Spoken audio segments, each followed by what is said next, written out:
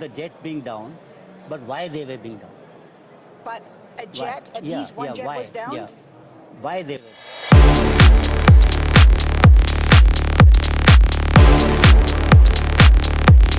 পাকিস্তানের সামরিক বাহিনীর সঙ্গে সংঘাতের সময় গত মাসে নিজেদের যুদ্ধবিমান হারানোর কথা প্রথমবারের মতো স্বীকার করেছে ভারতীয় সেনাবাহিনী। তবে সংঘাতে ঠিক কতটি যুদ্ধবিমান হারিয়েছে ভারত সেই বিষয়ে সুনির্দিষ্ট করে কোনো তথ্য জানায়নি ভারতীয় সামরিক বাহিনী।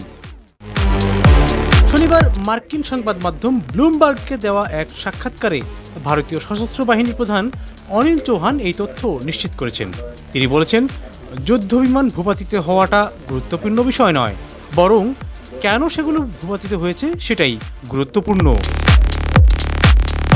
সিঙ্গাপুরের ইন্টারন্যাশনাল ইনস্টিটিউশন ফর স্ট্র্যাটেজিক স্টাডিজের আয়োজনে আন্তঃসরকারি নিরাপত্তা সম্মেলনের শাংরি-লা ডায়ালগের ফাঁকে ব্লুমবার্গকে সাক্ষাৎকার দিয়েছেন অনিল চৌহান। সাক্ষাৎকারে অনিল চৌহান পাকিস্তানের 6টি ভারতীয় যুদ্ধবিমান ভূপাতিত করার দাবিকে একেবারেই ভুল বলে অভিহিত করেন।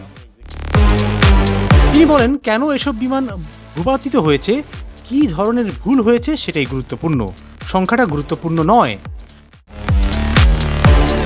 ভারতীয় এই সামরিক কর্মকর্তা বলেন, ভালো দিক হলো আমরা আমাদের কৌশলগত ভুল বুঝতে পেরেছি এবং সংশোধন করেছি, এবং এর দুদিন পরই আমরা আমাদের সকল যুদ্ধবিমান ব্যবহার করে দূরপাল্লার লক্ষ্যবস্তুতেও আঘাত হেনেছি। ব্লুমবার্গ বলছে, পাকিস্তানের সঙ্গে সংঘাতের সময় ভারতীয় যুদ্ধবিমান ভূপাতিত হওয়ার বিষয়ে প্রথমবারের মতো স্বীকার করেছে ভারতীয় সামরিক বাহিনী। ভারতের অপারেশন সিঁদুরের পর ইসলামাবাদ দাবি করেছিল তারা ভারতীয় একাধিক যুদ্ধবিমান ভূপাতিত করেছে, যার মধ্যে ফরাসি যুদ্ধবিমান রাফালও ছিল। পাকিস্তানের এই দাবি ঐতিহাসিক দৃষ্টিকোণ থেকে প্রথম। তার কারণ 2004 সালে ফরাসি নৌবাহিনী এবং 2006 সালে ফরাসি বিমান বাহিনীতে যুক্ত হওয়ার পর রাফাল যুদ্ধক্ষেত্রে ভূপাতিত হওয়ার কোনো স্বীকৃত ঘটনা আগে প্রকাশ্যে আসেনি।